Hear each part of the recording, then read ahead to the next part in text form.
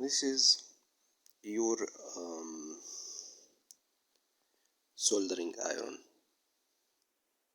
It came without, I ordered it for European Union EU plug, but I got it with US plug. This is first problem, but I solved it with this adapter.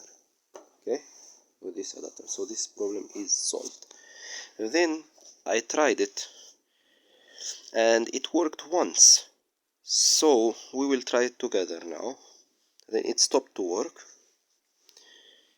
and I hope that you will help me to fix it or to send a working one, because I'm very disappointed actually with Banggood and with the product which you are a few times I was making I was asking for refund for some damages products which came damaged. We will put this in electricity, but